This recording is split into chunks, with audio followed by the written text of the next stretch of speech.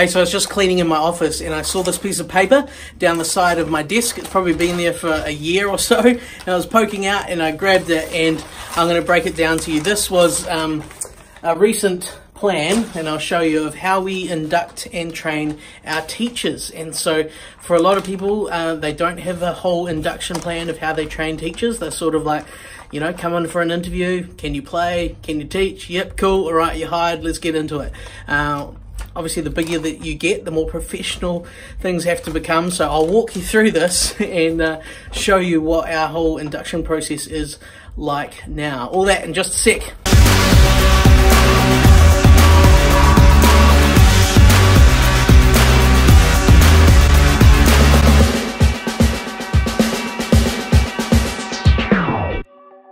Okay, so before I show this to you, what I want you to know up front is that this is not something that you should all do right now, okay? You are at different levels, different size schools, and so there's different pressures on you to rise to a different level, okay? So just bear that in mind, but I'm going to show you what it's like when you have a real large school, and this is where you'd be, you know, you'd be aiming towards this one day, but a lot of the things that we'd be doing, you would teach the same things, prepare people in the same sort of, you know, for the same stuff, but maybe not go into so much detail, not put so much extra time and energy and money into training to the level that we do. So I'm going to flip the camera around, I'll walk you through it, and you'll get the idea. Okay, so just a real quick overview. Obviously we've done this sort of post-it note thing. It goes around the corner like this, and down like this, and right at the end start working for us. So let's just go back to the top. We're going to go quite quick because I don't want this to be too long. When people come in, we sort of lay out the recruitment process to them, and this sort of here, this first step is like you're pretty much hired, but you've got to go through this training before you can actually teach for us. So up front, you lay out to them, hey, this is what our recruitment process is. These are the bits that you're paid for. These are the bits you're not paid for. And that's the little sign there means it's done on email, whereas other ones is like done video. So you get the idea. We give people a video on like the history and the vision of our school, because we need to make sure that they understand what it is, where have we come from, where are we going. Company values and culture, similar thing. We want people to know who we are, how we act, what we value, because we really want to protect our culture and keep it awesome.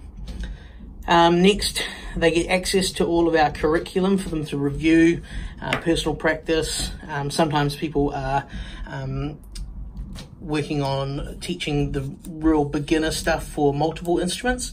In fact, this here is for our schools team. So often people they're really good at one or two instruments, but they're having to learn a couple extra ones to teach, you know, like utter beginners, 5, 6, 7-year-olds. Next, uniform, what to wear. So we actually, you know, give them t-shirts, hoodies with our logos on. Next thing, they actually go out and observe another tutor. And so here we had create worksheets, so they actually fill in a worksheet as they do a sort of an observation day, so they're tagging along.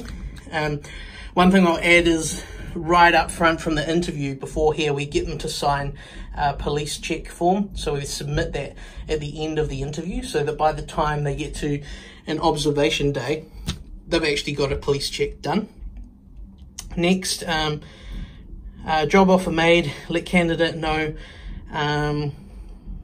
we don't want to move forward. Okay, so that means if on the observation day, if they see, hey, this is what the job is really like, it's not for me, or we don't think that they act that well with the kids, or they've got the right culture, once we've actually seen them in action with kids, we can take the offer off the table right here. And this prevents us from having to spend all this extra money going through this stuff when they're actually not suitable right here. So it saves us a lot of time and money. So what comes next? I think it goes to here. Yep, cool. Okay, so for our schools team, we have some music buses, and people also take their own cars and things. So there's some driver training. They do a youth development section where they're learning all about how to teach in a way that involves youth development. Health and safety, child protection training, they have to go through all of that. And you can see there's a combination of video stuff and emails they're reading. Our teacher training program, it's called Teaching Matters. That's in the BAM Squad training as well. Well, all this stuff is. So they have to go through this video program. HR docs and order uniform. Also, this other uniform, that must be the team has spare t-shirts and things on hand for them to go do an observation day, but at this stage we actually order them their own stuff. HR docs, which is, you know, their contracts, letter of offer, signing off all the health and safety stuff. They acknowledge everything, so that's where they literally sign everything and we file it. Next, key relationships. So that's showing them, you know, who they're actually working with, both internal and external, how we handle communication within the team, you know, everything down to, like, if we email you, we expect a reply within, you know, 12 to 24 hours. If we text you, we want a reply. You ring us. Facebook does not count as a formal method of communication. On and on it goes.